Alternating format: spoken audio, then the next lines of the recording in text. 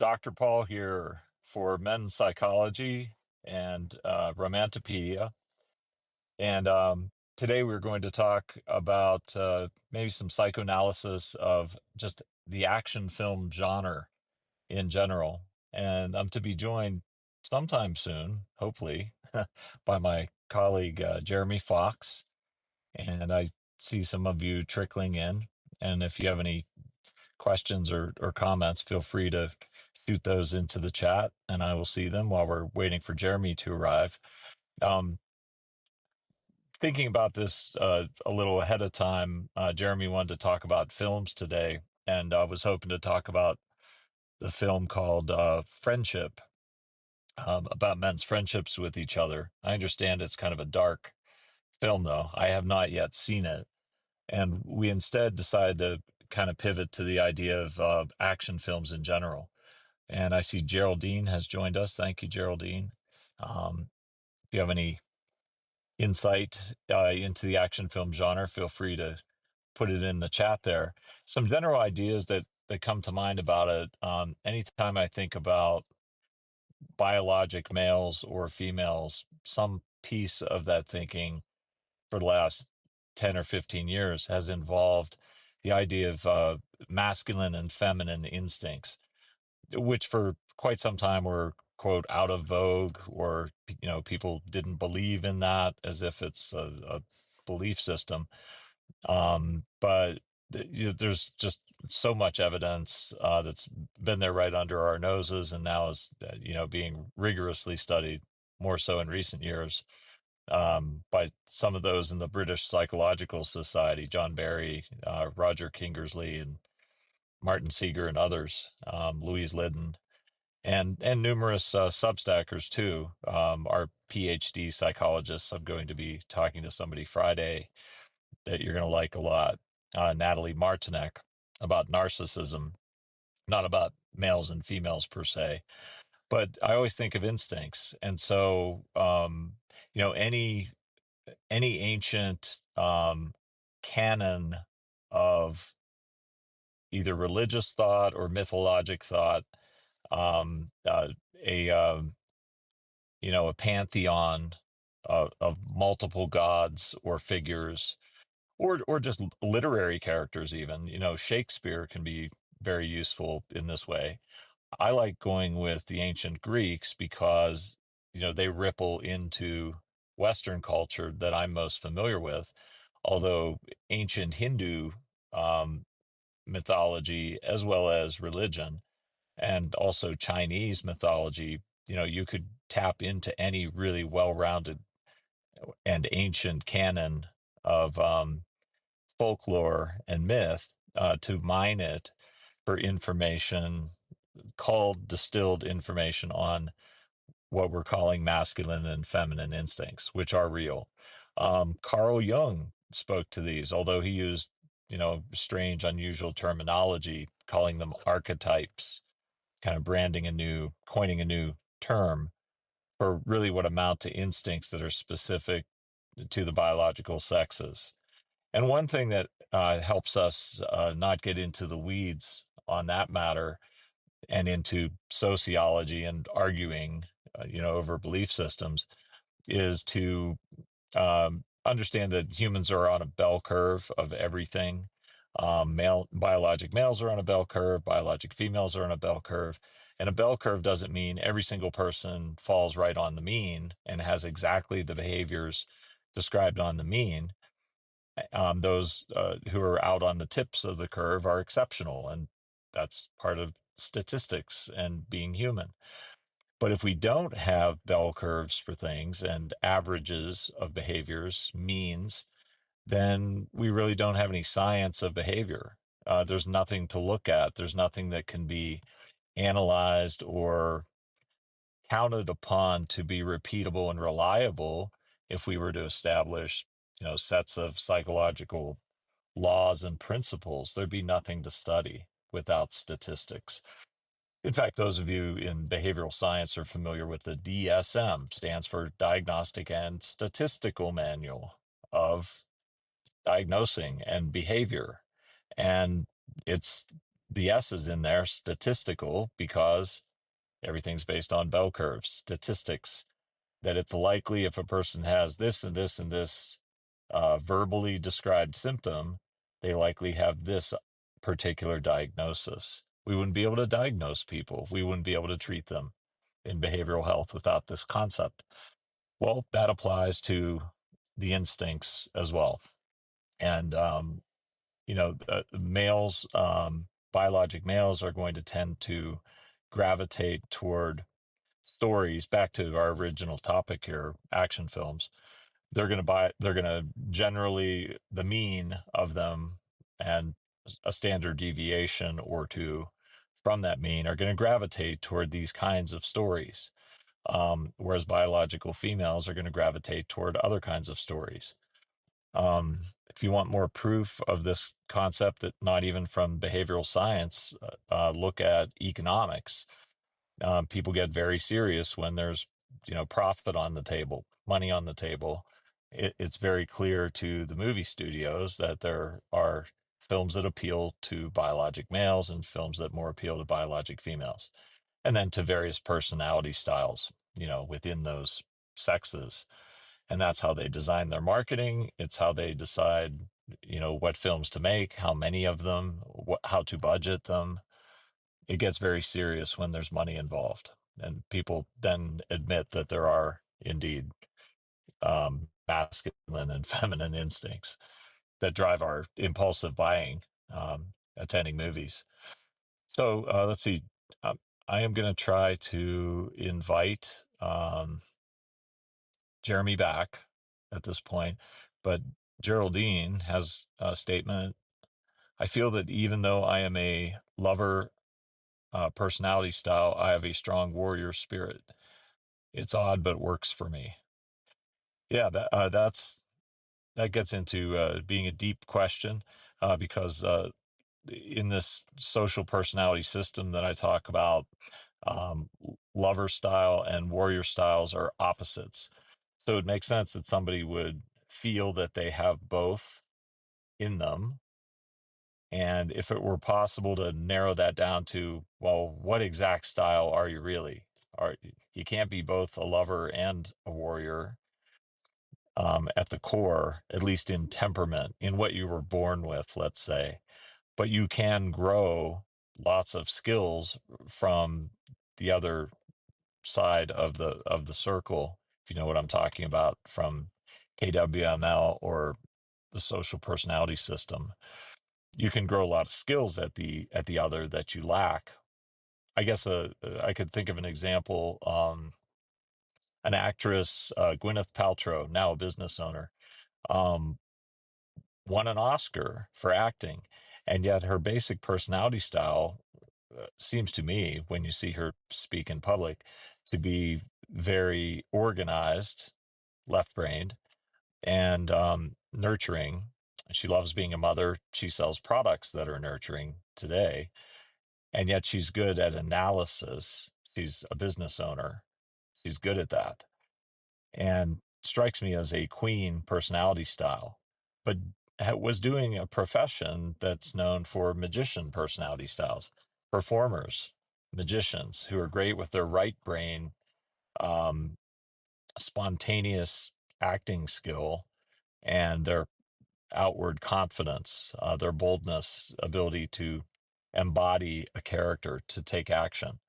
So there you go. There's somebody who's probably a queen personality style who mastered a magician like profession, acting, and got an Oscar.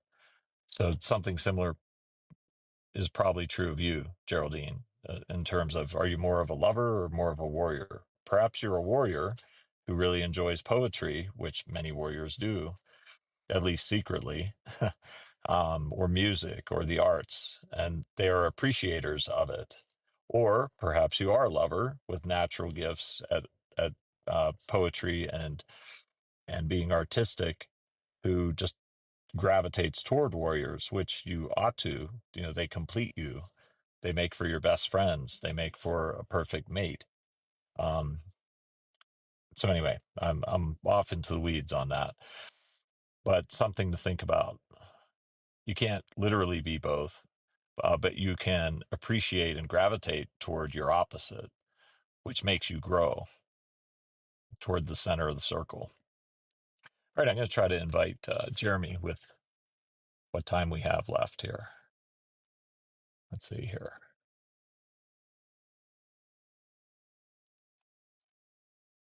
There we go. Okay. Second try. Yes. Hey there. Perfect. Yes, this is awesome. This is fine. All right. Um, Welcome. Thank you. Sure. Yes.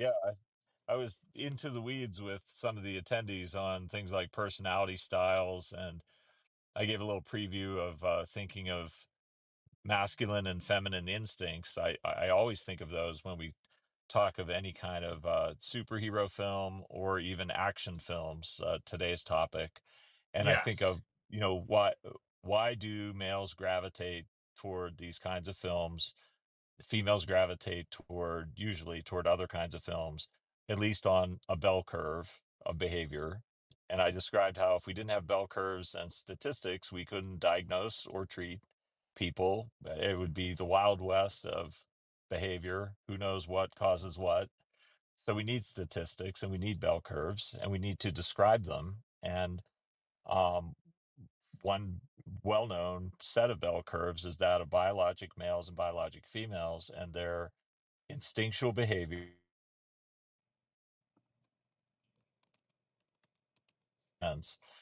Carl Jung called them masculine and feminine archetypes. He used this word archetype. It really means instinct because it's in the Right. unconscious. Instincts are, by their very nature, unconscious, automatic. So, what would be involved in action films that I think are valuable, whether to males or females? Um, it would be for the males, it would be the the hero's journey that occurs in each of these films usually involves some inciting incident at the beginning that sends the character on a path where he will either have to use competencies he already has, like Right. Liam Neeson, I have a special set of skills, Sure. or is called upon to grow new skills that are possible for him, but difficult, and that he's been avoiding perhaps, and now must grow them in order to succeed, contribute, be a hero, save himself, save others. Right. And then I at some point follow. in the middle, at some point, he goes through what you could call what Joseph Campbell called the belly of the whale, Jonah and the whale, and you're in the belly of the whale and you figure something out in there and you're isolated and you eventually are thrown by the elements back out into the world, or you find your way back out. You climb out, you scrape and claw your way out. Now you're back in the regular world again, but with new understanding and a new set of skills. And that I believe to be a couple things. For males, I call it the Hades instinct. Hades was the god of the underworld. And so that represents the male stoic stance in assessing problems and even crises. And the proper response to the crises is going to be a kind of stoic, calm, cool, but competent response in action after considering the factors involved. It's strategizing. But when the male strategizes, he needs to go into a cave. The old martial arts films of the 80s and 90s would show, Bruce Lee, Steven Seagal, Arnold Schwarzenegger, whoever it was, damaged, beaten up, or his family killed, or some terrible thing happens, a trauma, and then he has to go into a cave for a certain length of time to do acupuncture to himself, to heal himself. It's male trauma. It's the high usefulness of trauma for males. And this will be your expertise coming in here, Jeremy. The hero has to go into a cave after being traumatized, isolate, have no distraction. It's also like the Minotaur's maze. It's Theseus going into the maze to fight the Minotaur. he needs to not have his love interest in there with him. That's Ariadne. She's outside the maze, but she gives him the gift of a golden thread that he takes through the maze. Because after he kills the Minotaur, how's he going to get out? The maze is well known to get men lost forever until they starve and die. So her love, a little thread of gold, can lead him out of the maze after he kills the Minotaur. So that's another dimension of the hero's journey, is how does the love interest have involvement, if there is a love interest? She's Ariadne and he's Theseus. So all these ancient myths aren't just, mumbo jumbo, to enjoy a story. They all contain just richly culled, distilled psychology from hundreds of years, if not thousands of years, of humans observing humans and seeing repeated, reliable behaviors that are successful or will fail. And I think that's Jung's gift originally, is seeing that. So I'll stop there. No, I like that a lot. I mean, so I was talking about this yesterday, um, in kind of my talk show that I host on a certain. Well, I would love to host it here, so we'll accept panelists' requests. But, um, Sure. and I have this idea that that life development is micro trauma up through adulthood, and so Erickson would talk about like Eric Erickson. Basically, you have um, going through childhood and adulthood. You have things like um, identity versus role confusion is a big one, right? In the high school era. So industry Yeah. versus inferiority, shame um, comes in. There's the lifespan sort of um, Ericksonian. yeah, the Ericksonian stages of development. Trust versus mistrust, that's an early one, right? Industry Yeah. versus Right. inferiority, okay? Yeah. Autonomy versus shame and doubt. I'm naming them out of order, but so what you look at with that is encounters with the outside world that are briefly painful, but prepare you to move forward in a way that you're equipped with some reward that was well fought. So if you walk away from your parents and you're scared as a kid, but you learn that you can handle it, your reward is then this new skill to do that, right? There was an obstacle and a reward. And so basically, what happens is if someone goes throughout life and has no obstacle, and develops a sense of fragile narcissism, they're ultimately going to get a very big fall instead of little falls across the way, like what Mm. heroes do. So the hero has continual exposure to traumas and sometimes bigger ones, right? So in John Wick loses his wife, then he has the transitional object of the dog she gives him that allows him to hold on to her love and not have to grieve her to the same extent all at once. He has a gift from her. Well, that's taken. Massive. So grief layered with trauma. Okay. So that's an inciting point in the story. And so John Wick has to utilize his already well fought, pun intended, skills as an assassin and a martial artist to essentially, um, get back at his assailants. And so the journey goes on. So I think you nail the appeal to men about action movies. It's basically the same as video games in a certain way of here's an exposure to a trauma or a would-be trauma, right? And here's the development and usage of a competency. Trauma, competency, trauma, competency. And so that's actually very similar to the EMDR model of exposure inside the mind to the trauma, take a breath, realize you're in the present. Exposure to trauma, it's all a dance. It's the dance of Mm. trauma recovery. And so Yeah. it's very similar to the bat cave of go in the cave, you're safe, develop stuff for the fight ahead, go back to the fight. And one last point I'll make is um, with the Alien movie, when it comes to female action movie equivalents, I love that Sigourney Weaver's character in Aliens, and this is not a spoiler, even if it was, it's a little older movie. Uh, Sigourney Weaver's character Ripley takes care of a younger girl named Newt, and so there's a level of caretaking that comes to that movie as well as traditional action movie bravado. And I find that very fascinating. That often, even with male action movies, there'll be an element of nurturing and protection, whether female or male. And so I think it's anyway. I'll drop that back to you. But I love this idea that the trauma is the jump stone. It's the launch pad. It's the stepping stone to some greater growth, post traumatic growth. Yeah. Well, I think to some degree, we've stumbled upon some of the basic principles that you and I envision for contributing to this new emerging field, the latest field of psychology, which is men's Yes. psychology, and how much it has to do with trauma, and how we need to bring in an anthropology concept and make it psychological, which is the idea of um, initiation. Yes, the inciting And incident. yeah, and there's an inciting incident, an initiation into a new sense of self, a new identity, which if you look at Aboriginal tribes, you're given a new name. You have a new name. Now you're the superhero. You're Spider-Man, you're Batman. Yep. Same in Now you're Dune. you're the hero. You Yep. have new responsibilities, but you have new skills that you acquired through the initiation itself.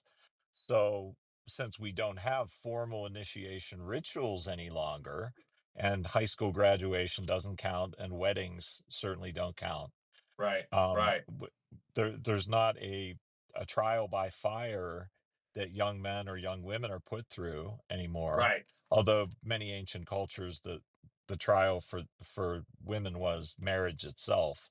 The marital Sure. ceremony was an initiation of a sort. Actually, the Greeks saw it as a funeral. It was a funeral for a girl, and the birth of a woman was what a wedding was. That's why we dress formally and bring flowers the same as you do to a funeral. But that's for a different day and a different type of No, movie. I like that a lot. I mean, would you But say an element of initiation is building up this new identity and having a communal contract that I'm not allowing myself to regress to an earlier stage? We don't have that now. You're always allowed to go backward. I think there are both inner and outer rewards and benefits that come from it. Some of the outer benefits are you have joined a club. It's the Eric, you were talking about Erickson, right? Ericksonian Yes. stages of industry versus inferiority. You reach that Bingo. the adolescent point there, where are you going to be a goth? I don't know if they even call it that anymore, but are you a goth Yeah. or a brain or a nerd or an athlete Yeah. or a rebel, or an emo? What social group do you belong to? You're trying to figure that out in adolescence. But then Yes. beyond that, are you a social influencer? Are you a doctor? Are you a lawyer? Are you an accountant? Are you a surfer? Are you a burner who goes to Burning Man? I mean, what do you belong to as an adult now? And for you to truly belong to something like that, you have gone through some kind of initiation. Med 100%. school was hell. I thought it was hell. It was horrible and it was abusive. It back in the day, and those that I was going through it with, we bonded truly like brothers and sisters, like that deep level of a bond. People I haven't seen in 30 years. Um, one or two of whom I've seen recently. Hang on, somebody almost ran me over. That's not Sorry the there. initiation you want on a Thursday. That's not my favorite. But It's an inciting event. I already had the skill to get irate and start using the horn, um, from prior lessons learned. But you go through med school, you go through law school, whatever, you go through firefighter school. I see Yep. some firefighters in front of me here. Um, you go through this trial by fire, no pun intended, and it bonds you to people through a group traumatic process where you support each other through the trauma, which minimizes true damage, deep, deep Bingo. damage as you go through it. And sometimes you get some really bad wounds, but then those wounds can be mined. And Yes. although we could probably have a episode 2, 3, and 4 of this very subject, and should, I We think, should. have such episodes, I want to say yet again, the story of Philoctetes from the ancient Greeks was told to me 30 years ago in an ER, by a supervising doctor when we had lots of time on our hands in the middle of the night and nothing going on. He's like, "Hey, did I ever tell you about Philoctetes? It explains trauma." And I'm like, "Okay, tell me." And he said Philoctetes was a boy who became like a golf caddy to Hercules. He became a helper to Hercules. He carried his bow and arrows for him in battle, and he learned a lot through that. And when Hercules died, Philoctetes was given the honor of lighting the funeral pyre and was given his bow and arrows as a gift, and they are now in his possession. Well, the Greeks go to war with the Trojans, and they're off to the Trojan War, and they're sailing through the Aegean, and a snake happens to bite Philoctetes on the leg, and the wound festers, and it becomes stinky, and he becomes very ill, and the other sailors are really getting disturbed by this because he's dying in front of them, and it's really bringing down morale. So what do? They kick him off on an island. They drop him on an isolated island to basically die alone, and they go on to Troy to fight, and they're losing badly. And in a nutshell, they decide to go to Apollo for advice and say, "What are we doing wrong?" They go to his oracle, and the oracle says, "Well, the reason you're losing is you drop